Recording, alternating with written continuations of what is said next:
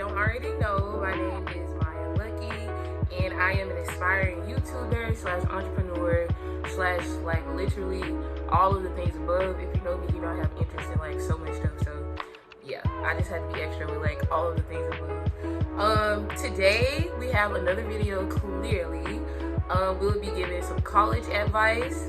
I decided to do like a series instead of just like one specific video about college advice, just because I feel like it's so many different aspects of college. I don't think like one video would cover everything, or I think the video would be like way too long and like all over the place. So I just decided to kind of like break it down into a little series or whatever. I'm not sure how many episodes I'm gonna do yet. I'm thinking maybe like 4 or 5, like not too many, but we'll see. So just a little bit of background about me to even be giving like college advice. I attended the illustrious Alabama State University, obviously, go Hornets. I graduated last year, August 2021, so I was a summer grad. I'm literally just now getting my degree in the mail. I graduated last year, August 2021, and they literally just sent me my degree, January 2022, but that's another story. Actually, February 2022, but yeah. But I'm not tripping. Like, I'm excited I got my degree in the mail, it's fine. So yeah, I graduated from Alabama State University. My major was business administration. I had a concentration in marketing. So the first thing that I want to talk about is basically how to make yourself stand out among other candidates when you're on your job search as a recent grad. These are like some things you can do while in college. Unfortunately, some students do not start preparing for job search or like trying to get their resume together for job searches post grad until like junior senior year. But honestly, you need to be like on it like your sophomore year, kind of start even freshman year if you can. But a lot of opportunities to kind of like make your resume more decorative or like better usually do not start coming in until you're like a sophomore, because they'll require like a certain amount of credits. But if you can do some stuff your freshman year to kind of make yourself stand apart, then for sure go for it. So the first way, or the first thing that I want to focus on specifically, is mentorship. So I say mentorship just because I'm a first generation college student, and I literally came to college having no idea what to expect, like at all. Of course, you have orientation and they try to give you as much information as possible within that short period of time. So those are definitely very helpful, but it's just like after that, it's like, what now? Like, you kind of just wing it, or you could get a mentor. So as a first gen grad, I had to get a mentor, I feel like, because I couldn't really ask my parents because they don't know what this experience is like. Of course, they can give some parental advice, like as much parental advice as they can. But I feel like, you know, getting advice from someone who has been through like a specific journey that you have been through is like super helpful. Okay, sorry y'all. My sister called and I had to stop the video, but we're back. So yeah, basically I was saying, just like me attending the HBCU and me being a female and also a minority, like a person of color, my experience in like corporate America is going to look very different from somebody else. Although there are some relatable, like recent grads all have things in common, the experiences are going to be very different. So that's something to keep in mind while choosing a mentor as well. So the next thing is the Career Services Center that you guys have at your university. From my understanding and from my experiences of having like friends who attend different universities and networking and being connected with people at different universities, for the most part, I think all schools have like a career services center or director or something like that. So if your university does, I would definitely recommend getting acquainted with the career services director. So you don't have to be best friends with them, but at least like, you know, go over and introduce yourself and let them know that you're looking for opportunities. So for me, I got acquainted with the career services director at my university. I don't think it was freshman year, but probably around that sophomore year time. At one point in time, it was a guy, Mr. Hodges. He was there from like freshman year to junior year, and then we got a new one my senior year in college.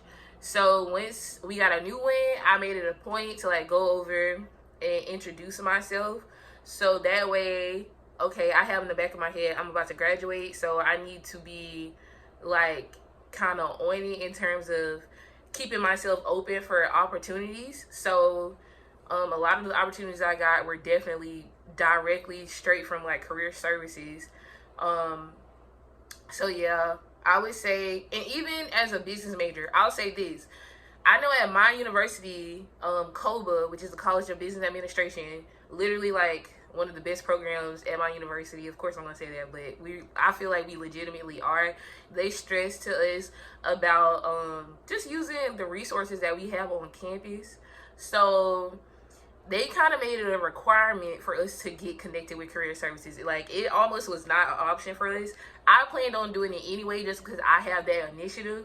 But for those students who didn't, they kind of made it a requirement for us to go over there and do like mock interviews so we could be prepared to interview and things of that nature. So I definitely commend COBA for kind of like forcing us to create that connection, because some students don't have that initiative. But when you make it mandatory, it gives them an opportunity that they may not have kind of sought out after themselves. So that's great. So definitely get connected with the Career Services Center or director. And if you are not like a very social person and it's kind of hard for you to connect with people in person or maybe over the phone, follow them on social media. Like, see if they have social media. I know our Career Services director has a whole Instagram page, and she posts opportunities on there all the time. She recognizes students for getting like good internships or being invited to conferences and things of that nature. So definitely get connected with Career Services in some way, shape, form, or fashion. Next, we have conferences, like I mentioned just a few seconds ago. So a lot of people like to focus on internships a lot, and internships are extremely important in my opinion. They definitely helped me a lot, but don't limit yourself only to internships, because sometimes I feel like people can kind of like hone in on one thing, but definitely leave yourself open to other opportunities such as conferences. So I was actually invited to a conference my sophomore year in college, I believe. My junior year in college, I was invited to a conference my junior year in college, specifically for HBCU students. It was an Amazon conference, Amazon's Beyond the Art conference, and it was in Nashville, Tennessee. So this conference was specifically, again, like I said, for HBCU students, and it was just like such a great experience to network with these people. They brought in Black-owned businesses, like Black-owned entrepreneurs, just to kind of like share their story with us and give us like words of encouragement. It was just like a very uplifting conference overall, and I left feeling like very confident. But you also get to network with the recruiters for the company, right? So the company is hosting this because they want to bring in more diverse talent to their company. So they're not just hosting this for us to have like a hub to network as students and peers, but to network with them as well. So that's kind of setting yourself up. Even though this is not an internship, right? This is not an internship. You're still setting yourself up to have an opportunity to maybe become employed with this company just because you got to talk to the recruiters. The recruiters are literally the people who fill these roles. So now you personally have their phone number. They personally have your phone number. You guys have each other's emails. So that's definitely a relationship that will be super valuable in your post-grad job search. And make sure you maintain that relationship, right? So after the conference, don't just forget about all the people you networked with. Add them on LinkedIn. Exchange emails. If y'all have cars, exchange cars. Like, do things like that. So next is internships. So internships are important for that experience part, right? I know a lot of recent grads, we all complain about these entry-level jobs and they want 5+ years of experience, and it's just like, how? So although I do feel the same way, it's just like, how am I supposed to have 5+ years of experience? Like, I literally just graduated a couple months ago. Internships kind of come into play with that. So, and regular jobs as well, right? Like those little small jobs you do in college. Like I used to work at Family Dollar. Like as a business major, we learn how to like turn, how can I say it, enhance the job responsibilities on our resume. But with internships, you get to see what it's like to work in a certain industry or to work in a certain role like firsthand. So it's not like when you graduate, you literally have no idea what it's going to be like to work full time. You've kind of seen it firsthand. And internships are good, but if you can, try to find like more valuable internships in terms of this. I've seen internships, or internships are always depicted on movies and TV shows like you are just going to be running to get coffee. You are going to be like picking up clothes from the dry cleaners. Like you just kind of like a busy bee, like just getting stuff done like that, like running errands and whatnot. But luckily for me, honestly, all of the internships that I've had have been very valuable. Like I was actually doing things. I actually had tangible things to show for my internships, like projects and whatnot. So one of my internships, I was able to make a video, like a commercial video, like a promotional video to roll out or implement like this new program within a company, and I was able to post it on YouTube. That's something that I can add on my resume, and that's something that is tangible, right? All right, so the next thing that I'm going to talk about is joining organizations. So I would say to at least join an organization that is like academically focused or like catered to your major specifically, just because I understand that everybody is not like a social butterfly. So of course you have orgs on campus that are more social, right? Like they host events, they host the parties, and everybody is just not like built for that, honestly. Like some people are just not, like that's just not their cup of tea. So that's why I always say at least join organizations that cater to your major. So for me, I was in a business organization, a national business organization called Phi Beta Lambda. I was the president my senior year in college, and it's definitely it helped in the sense of it's a national organization, right? So this is not just in Alabama, this is not just at my university, not just in the city, not just in Montgomery, but this is national. So that just expands your network again, right? So now you are connected with a entire group of people that have like probably similar interests as you or like similar goals. So that just helps with networking and again expanding those opportunities. So within these organizations, they have conferences as well. They have competitions. So yeah, you get to network with your peers, and it's also some room there for you to possibly like mentor younger people, just because Phi Beta Lambda specifically, they have a high school portion, which most of you guys have probably heard of. Is known as FBLA, Future Business Leaders of America. So that's just an example of like opportunities that come within the organization. So it all just depends like on your major, your personality, but just joining organizations for sure is very helpful. Lots of networking, lots of opportunities, possible opportunities for mentorship within the orgs as well. So definitely tap into joining organizations on campus. This also shows that you can multitask, right? So if you can be a part of an organization and you can also still excel in school, okay. Like I know you can do multiple things at once. That's kind of what it shows employers as well.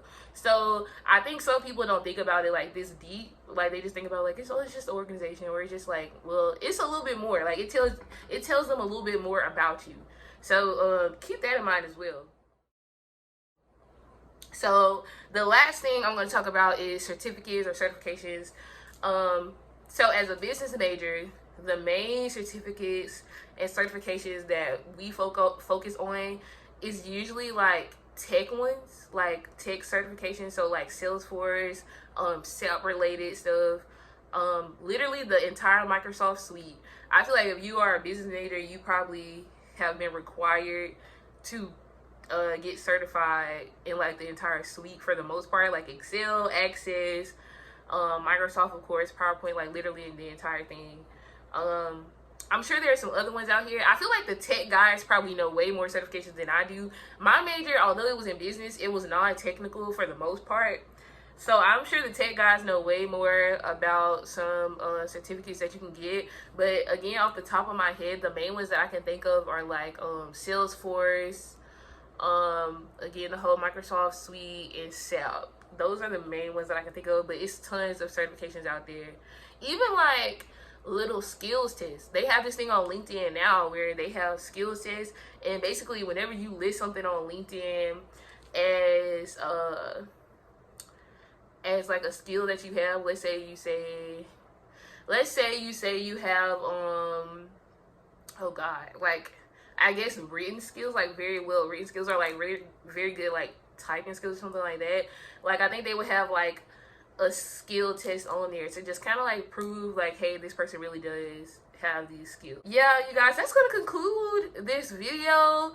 I am gonna link some of those certifications that I was talking about. Like if you want to do a little bit more research on it, I'm gonna link like maybe websites for it, or just like places where you can find the certificates, or just some information on it again. I'm gonna link that below.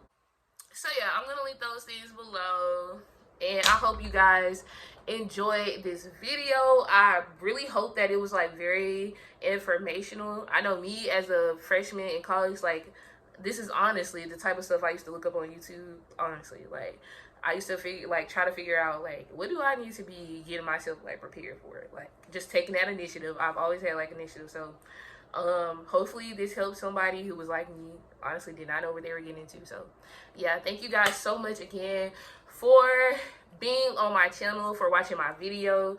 We're just getting started, y'all, but I know we got a long ways to go, and we're just gonna get better and better. Don't forget to like, comment, share, subscribe. If you know some seniors in college, some seniors in high school that are getting ready to go to college, send them this video. Some freshmen in college, you know, first gen students, send them this video. It could be very helpful. So again, thank y'all.